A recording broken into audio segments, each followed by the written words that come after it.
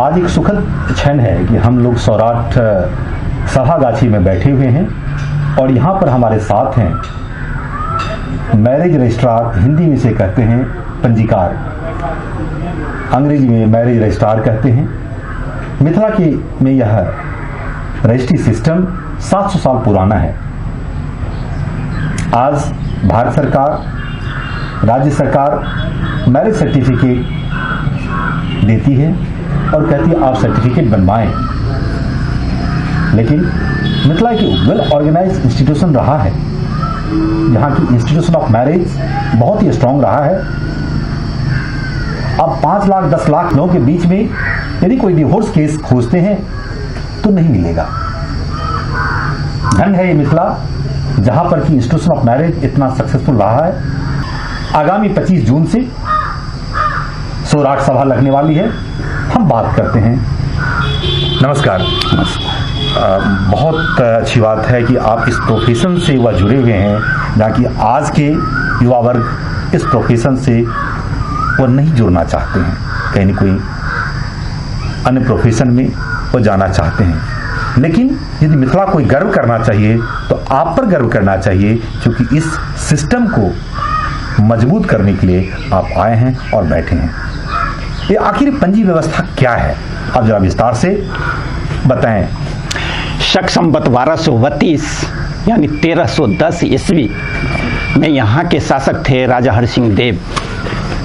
उस समय एक देवहार गांव है साइड में। कितनी दूर है यहाँ से? हाँ, 10 किलोमीटर की दूरी पर देवहार गांव है। वहीं का घटना है। एक हरनाथ मिश्र नाम के पंडित थे और उन्हीं के साथ एक घटना घटित हुआ, जिस पर पंजी प्रथा का शुरुआत किया गया। उन्हीं के समय से विचार हुआ जो हर वर्ग को पंजी प्रथा से जुड़ा जाए। बहुत अच्छी बात है। लेकिन हर वर्ग उसको छोड़ दिए, कोई कायम नहीं रख पाए हैं। 2 वर्ग अभी भी इसको जीवंत रखे हुए हैं, एक मैथिल ब्राह्मण और दूसरा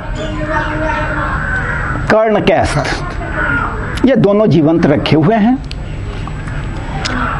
और आज के डेट में विज्ञान का कहना है जो 7 जनरेशन तक जीन का असर है।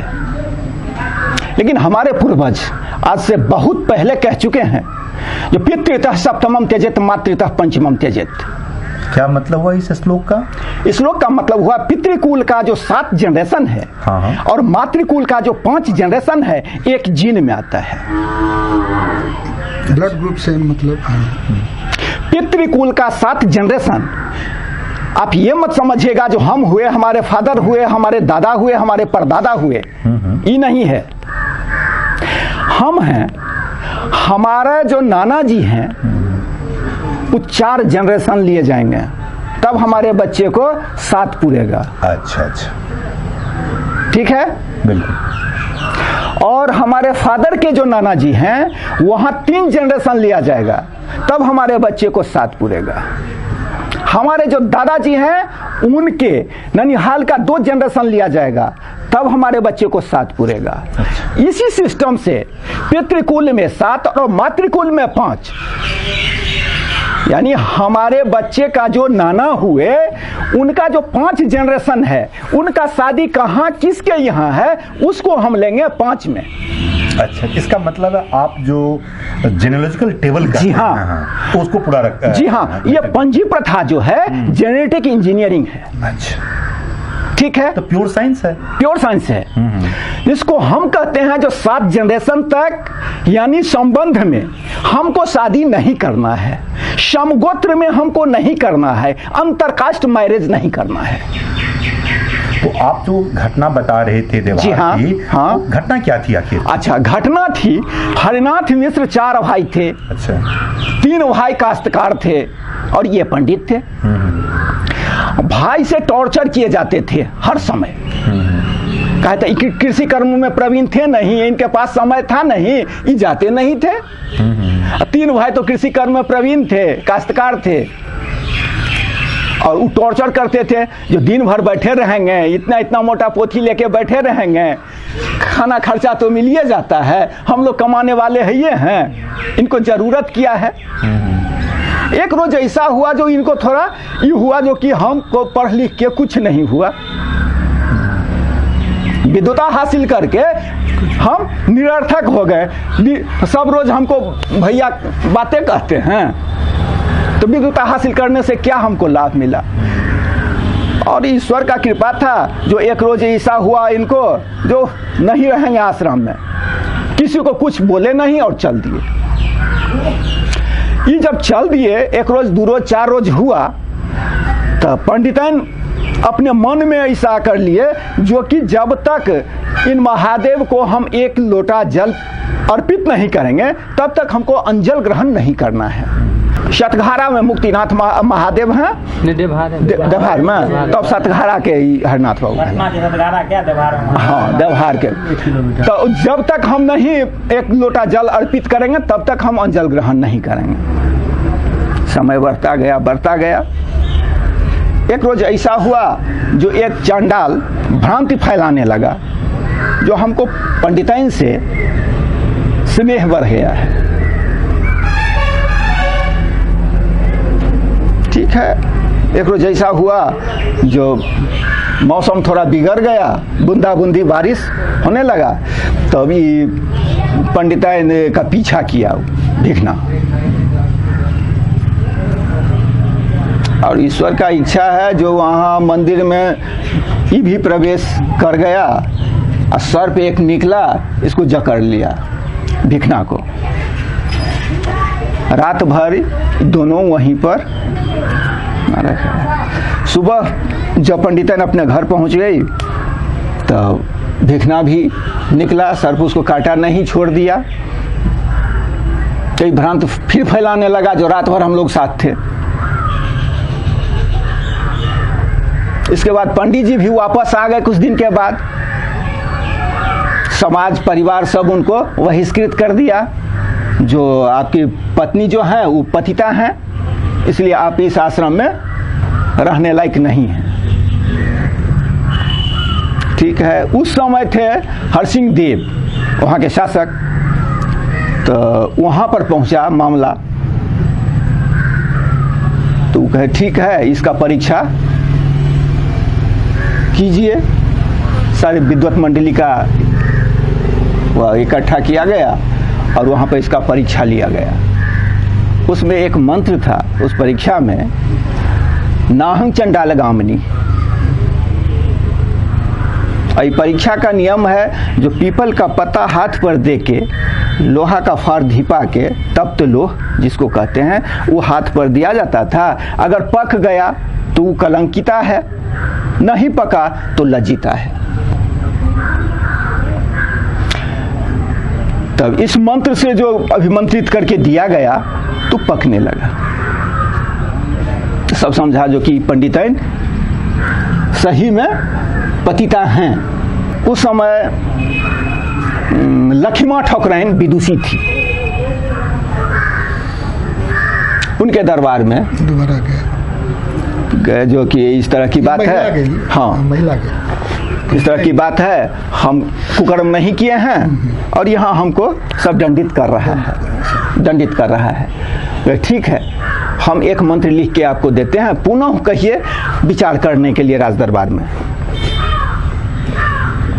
पुनः विचार किया गया, मंत्र बदल दिया गया था, क्या था तो न पति अतिरिक्त नाहं चंडालगामिनी।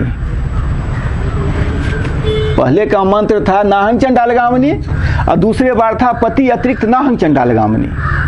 तो उस मंत्र से अभिमंत्रित करके जब दिया गया तब लोग तो वैसे नॉर्मल पकने का कोई सवाल नहीं पैदा होता था। तब हुआ जो कि भाई पति अतिरिक्त नाहं चंडालगामिनी में ये मतलब बिल्कुल सही है, इसका मतलब पति में दोष है। तब देखा गया जो 5वें स्थान पर इनका शादी हो गया था। अभी हम कहें जो 7 जनरेशन तक हमको एक जीन में नहीं करेंगे हम लोग, तो वो 5वें स्थान पर हो गया था। और शास्त्र का ऐसा नियम है जो 5वें स्थान पर अगर आप करते हैं तो गुरु पत्नी का भोग करने का फल होता है। यानी माता स्वरूप, मातृतुल्य। तब हुआ जो आज एक हरिनाथ बाबू हैं, कल अनेक हरिनाथ बाबू उपस्थित हो सकते हैं। इसके निदान के लिए क्या किया जाए? तो पंजी प्रथा का शुरुआत। तो वही पंजी प्रथा का तब से शुरुआत है, 1310 ईस्वी से। और सिद्धांत हर वर्ग को होता है, आज के डेट में भी होता है, लेकिन उसका तरीका अलग अलग है। किसी को बांस के पत्ता पर होता है, किसी को आम के पत्ता पर होता है, हम लोग ताल के पत्ता पर करते हैं। हम लोग बिफोर मैरिज इसको चेक करते हैं जो हमको अधिकार है या नहीं है। और दूसरा वर्ग जो है जब शादी के मंडप पर पहुंचता है तब उसका सिद्धांत होता है। ओठंगर का जो चावल है वो आम के पत्ता में दे के कंगन बना देता है, उसको आमे के पत्ता पर लिख के। तो लड़का पक्ष का जो लिखा रहता है वो लड़की को पहना देता है, और लड़की वाला जो रहता है वो लड़का को पहना देता है। उसको कंगन कहते हैं। उसका फॉर्मूला वो है, लेकिन हम लोगों का फॉर्मूला ये है। ये सिद्धांत का क्या मतलब है? सिद्धांत, इस सिद्धांत माने हुआ निश्चय, दृढ़ता, संकल्पित। इसका नाम है ओरिजिनल असौजन्य पत्र। हम लोग असौजन्य पत्र निर्गत करते हैं। क्या असौजन्य पत्र में क्या लिखा? असौजन्य पत्र में लिखा रहता है जो कि हमको इनसे संबंध होने का अधिकार है। जो स्वजन्य नहीं है उसको आज हम स्वजन्य बना रहे हैं। जैसे दो टीम बनाते हैं, हम लोग मैच खेलते हैं, दो टीम बना लिए, उसी तरह ये दो टीम है, एक लड़की का और एक लड़का का। तो इस प्रकार से ये मैरिज के लिए अप्रूवल देते हैं। जी हाँ, ये दोनों में ये जो है परिणय सूत्र में बन सकते हैं, ये बन सकते हैं, हो सकती है, विवाह यहाँ हो सकता है। इस बातों का एक अप्रूवल हुआ देते हैं। हाँ। तो 1310 से ये सिस्टम चलता रहा है। जी हाँ। तो वो सारे आपके पास वो पंजी है? 1310 से सारे तो हमारे पास नहीं है, लेकिन ऐसा नहीं है जो 200-500 वर्ष का नहीं है। कितने साल तक का आपके पास पंजी व्यवस्था है? एक रेट तो नहीं बता सकते हैं, इसलिए नहीं बता सकते हैं लोग जो साथे जनरेशन का काम पड़ता है उत्तीर्ण बनाने में। जो बैक है उसका तो जरूरत पड़ता नहीं है, कभी कभार बनता है।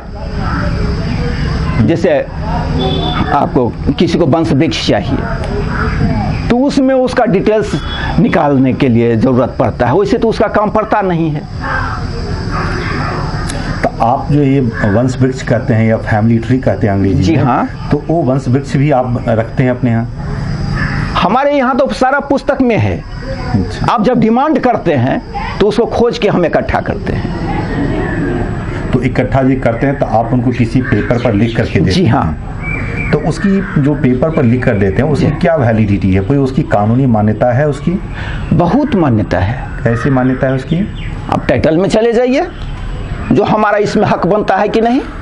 अच्छा, जो आपकी जो जमीन की रजिस्ट्री होती हाँ, है तो उसमें वहाँ पर जो फैमिली ट्री देखा जाता है हाँ, तो आपके द्वारा निर्गत की गई है, वहाँ पर भी वो कायम होता है। हाँ, इसका मतलब वहाँ कानूनी मान्यता है हाँ, दी जाती है। जी हाँ, ये तो बहुत बड़ी बात हो गई। जी हाँ। आपके यहाँ से जो मैरिज की सर्टिफिकेट दी जाती है, हाँ, बोलिए, तो क्या उसके आधार पर पासपोर्ट में अप्लाई हो पाता है? उस समय उसकी मान्यता है उसकी?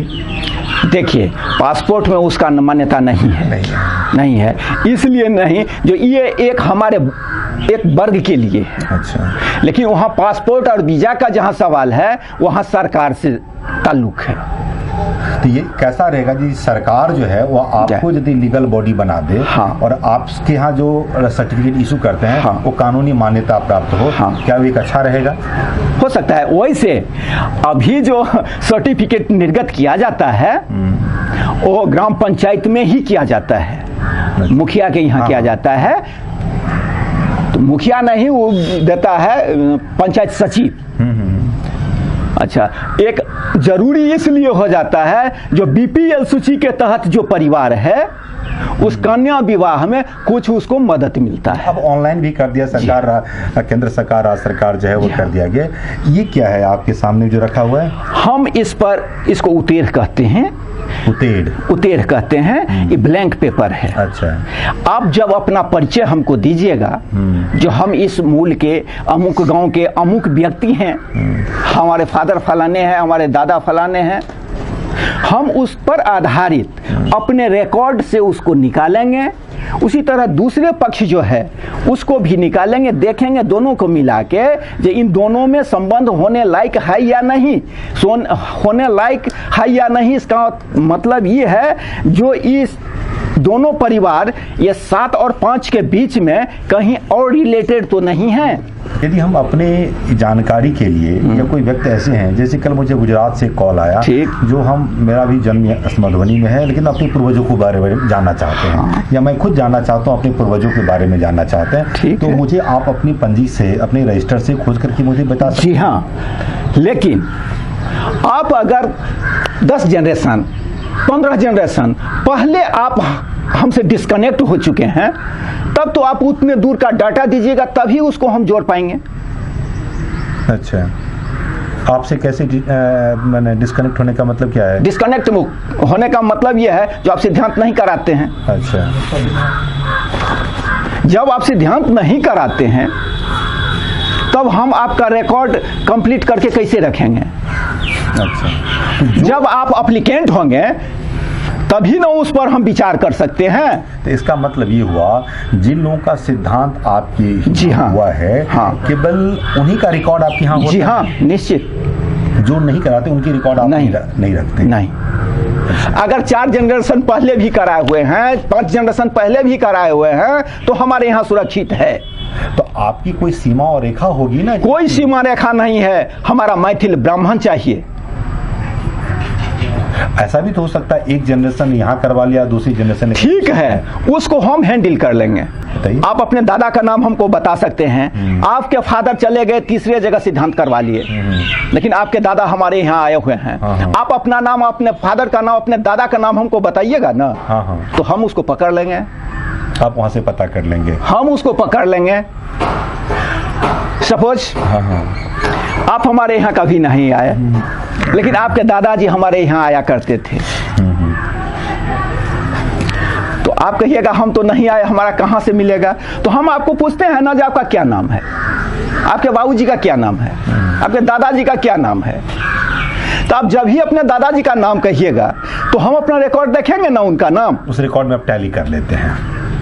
ठीक बात। तो उससे हम मिला लिए और ये 2 जनरेशन जो हुआ उसको हम उसमें ऐड कर दिए।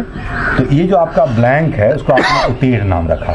नहीं, ये तो ब्लैंक पेपर है, उतेर बनता है इस पे। अच्छा, उतेर जब यह लिखित रूप में आ जाता है, हाँ, तब उसका नाम उतेर होता है। हाँ। अच्छा, ये आपका कुछ लिखा हुआ है? जी हाँ। इसमें दिखा सकते हैं ये क्या लिखा हुआ है इसमें? हाँ हाँ, जरूर दिखा सकते हैं। एक कोई पेज दिखाएं।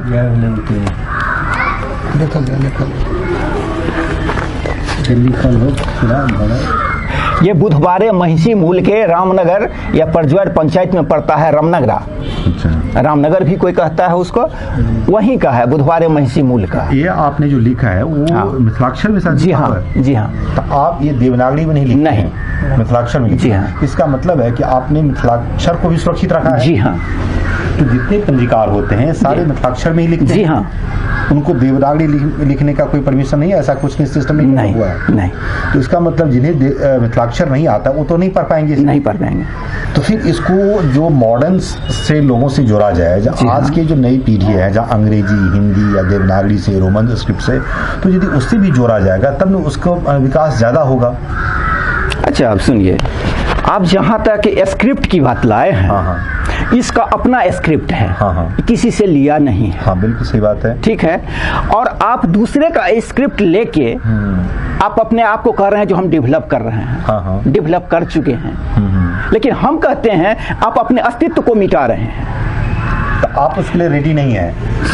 आप अपने अस्तित्व को मिटा रहे हैं। हमसे लिया बंगला जो डेवलप कर गया, हमसे लिया उड़िया जो डेवलप कर गया, लेकिन हमारे यहाँ उसको पढ़ने के लिए भी कोई तैयार नहीं है।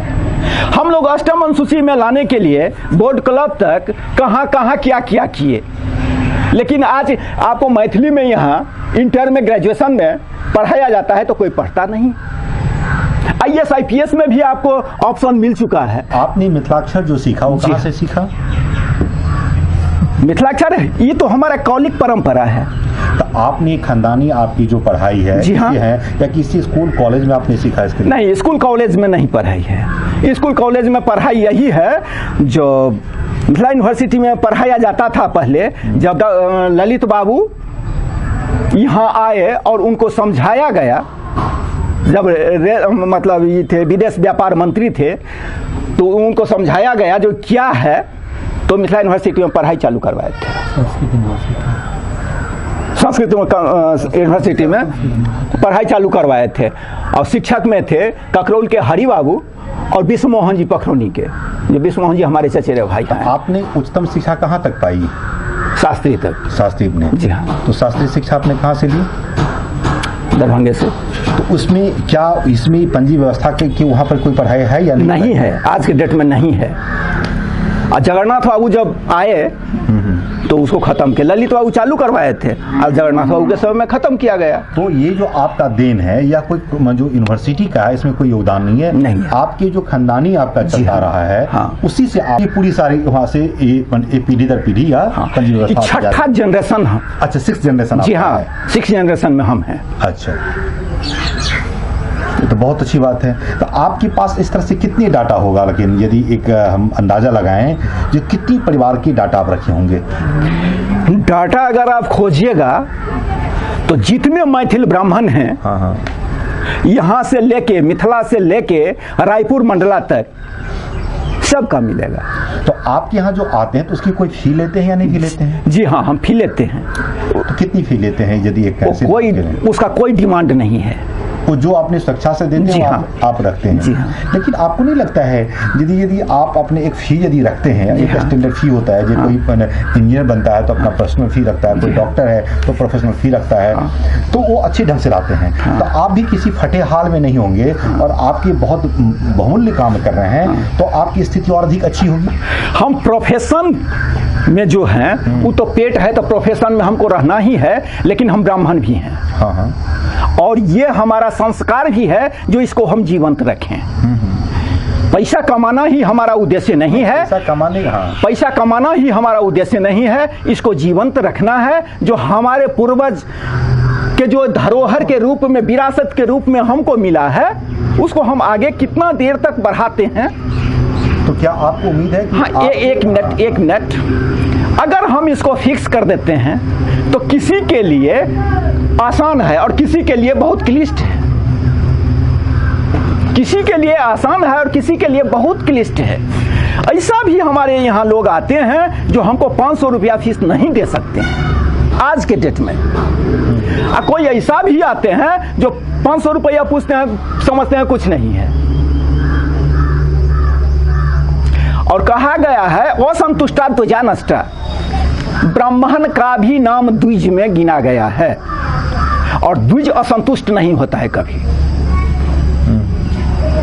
असंतुष्टा ध्वजा नष्टा, अगर द्विज असंतुष्ट होता है शुभकारी नहीं है। ये यदि इसको कंप्यूटराइज कर दिया जाए, जी हाँ, जैसे आप जो देते सिद्धांत लिखते हैं, हाँ, उस सिद्धांत की कॉपी मैंने भी पहले देखी थी, तो ये कैसा रहेगा जी? पूरी कंप्यूटर आपको मिल जाए, आप कंप्यूटर से दें, उसको प्रिंट आउट निकाल के दें, तो लोगों, यंग जनरेशन को अधिक अच्छा लगेगा। हाँ, अच्छा तो लगेगा। आज हम इसको मतलब इंग्लिश में डाउनलोड कर देते हैं या संस्कृत में कर देते हैं। हल्का फल्का हम हर चीज को जानते हैं, अंग्रेजी भी जानते हैं, संस्कृत भी जानते हैं, और इसको तो हम करते ही हैं, कर सकते हैं। लेकिन इसका लोप हो जाएगा, उसका कारण हम बनना नहीं चाहते हैं। नहीं, उसका लोप कैसे होगा? उसका तो विकास होगा ना। विकास कैसे हुआ? आज मान लीजिए अभी नहीं, आप अभी हमको पूछे हैं जो आप स्कूल कॉलेज में पढ़ाई किए हैं, तो हम बोले नहीं किए हैं। स्कूल कॉलेज में तो पढ़ाया नहीं जाता है, अभी नहीं पढ़ाया जाता है। अच्छा, तब हम अगर अंग्रेजी में इसको डाउनलोड कर देते हैं या संस्कृत में कर देते हैं या दूसरे लिपि में कर देते हैं, तब हम जो पुराने पुस्तक से निकालते हैं उसको पढ़ने का कोई जरूरत होगा? कोई निकाल सकता है? नहीं निकाल सकता है। मिथिलाक्षर में यहाँ पर रखिए, हाँ, लेकिन मिथिलाक्षर को ही यदि आप कंप्यूटर में करें तो आपको खोजने में बहुत आसान हो जाएगा। हाँ, लेकिन हमारे यहाँ सॉफ्टवेयर इसका उपलब्ध नहीं है। यदि सॉफ्टवेयर यदि आपको दिया जाए, हाँ, और यदि कंप्यूटर भी दिया जाए, हाँ, तो क्या आप उसे स्वीकार करेंगे? जी निश्चित स्वीकार करेंगे। ठीक है, तो हम लोग इस पर चर्चा करेंगे। जब आपको कंप्यूटर भी दिया जाए, आपको प्रिंटर भी दिया जाए, और उसको जो सॉफ्टवेयर वो भी आपको मिले, ताकि आप कंप्यूटर से उसको दिया जाए। लेकिन एक बात यदि आपको कह रहे हैं कि समगोत्री में विवाह नहीं होना चाहिए, तो उसके क्या क्या परिणाम हो सकते हैं? आप साइंस की भी बात कर रहे थे। याज्ञवल्क्य स्मृति में कुछ दिया हुआ है, चरक संहिता में कुछ दिया हुआ है। अगर इस पर हम लोग कंट्रोल करके चलते हैं तो कुछ ऐसा बीमारी है जिससे हम निजात पा सकते हैं। लेकिन आजकल बहुत सारे लोग इस बात को जानते हुए भी आप ये देखते हैं, जो ब्राह्मण की अपेक्षा जो खाना बदोश है, जो मुसलमान है, उसके पास पॉक्स का रिमार्केशन अधिक मिलेगा आपको। कारण क्या है? वो समगोत्री में वो शादी करते हैं। हम जाते हैं डॉक्टर के पास, एलोपैथिक हो, हेम्योपैथिक हो या आयुर्वेदिक हो, वो हमको पूछते हैं, डॉक्टर साहब आपके परिवार में किसी को डिजीज था या है, आपको मालूम है? क्या कहना है उनका यही कहना है जो इनके ब्लड में तो नहीं कहीं गड़बड़ी है, इनके जीन का दोष तो नहीं है, जो वंशानुगत संक्रमण आ रहा है। अच्छा, आपके यहाँ लगन के समय ही लोग आते हैं कि वैसे भी जब लगन का समय नहीं होता उस समय भी आते हैं लोग यहाँ पर अपनी पंजी को चेक करवाने के लिए? हमारे यहाँ 12 महीना लोग आते हैं। अंतर है जो कौन कब आते हैं। शुद्ध के समय में लोग आते हैं सिद्धांत करवाने के लिए। शुद्ध का मतलब लगन सिद्धांत करवाने के लिए, अधिकार जचवाने के लिए। वैसे भी हमारा काम है, जैसे अशौच निर्णय, अशौच का भी निर्णय हमारे यहाँ किया जाता है। अच्छा, सामान्य ब्राह्मण और श्रोत्रिय ब्राह्मण के भी पंजी में कोई अंतर होता है? हाँ, अंतर है। क्या अंतर है? अंतर है वहाँ हम लोग कहते हैं जो पंचमम त्यजेत, और वो लोग कहते हैं चतुर्थ त्यजेत। क्या मतलब हुआ इसका? नहीं समझे। मातृकुल में हम लोग कहते हैं जो 5 जनरेशन तक हम नहीं संबंध करेंगे, और वो लोग कहते हैं न 4 में चल सकता है। अच्छा, श्रोत्रिय में? जी हाँ, 1 जनरेशन गैप। इसलिए जो उनका अनुपात कम है। अच्छा, इसलिए तो ये जो पूरी दुनिया को आप क्या कहना चाहते हैं, जो ये अपनी पंजी व्यवस्था को जो है उसके बारे में आप क्या बताना चाहेंगे, क्या मैसेज देना चाहेंगे? हम यही मैसेज देना चाहते हैं, जो ये जो हमारा परंपरा है, जो आज 700 वर्ष पहले से चला आ रहा है, वो मतलब हमारे हक में और सभी के हक में ये गुणकारी है। जो संबंध में हम नहीं करें, ये हमारे हक में और सभी के हक में गुणकारी है, लेकिन गिरावट आया है उसमें। गिरावट क्यों आया है? तो इसके लिए दोषी हम नहीं हैं, हमारा समाज दोषी नहीं है, इसके लिए सरकार दोषी है। सरकार दोषी इसलिए है जो वो एक अधिनियम बना दिया और उसको लागू कर दिया राज्य सरकार, केंद्र सरकार, जो जिसको जहां मन होता है शादी कर सकते हो, प्रश्रय के लिए हम तैयार हैं। और हम कहते हैं जो हम संबंध में नहीं करेंगे, समगोत्र में नहीं करेंगे, अंतरजातीय नहीं करेंगे, और सरकार इसके लिए तैयार है। जो जिसको जहां मन होता है कर लो। अगर हम में से कोई ऐसा कर लेता है तो उसको टॉर्चर हम नहीं कर सकते हैं, क्योंकि सरकार उसके साथ है। सरकारी संरक्षण प्राप्त है। जी हाँ। हम बात कर रहे थे श्री प्रमोद मिश्र जो पंजीकार हैं और सौराठ सभा से हम लोग बात कर रहे हैं और उन्हें पंजी व्यवस्था के बारे में विस्तृत उन्होंने जानकारी दी, क्या इसका वैज्ञानिक कारण है और किस प्रकार से मेंटेन करते हैं, कैसे इनकी चौथी पीढ़ी जो है इस प्रोफेशन में है और अपेक्षा करते हैं कि अगली पीढ़ी भी वह इस काम में वह लगे। धन्यवाद।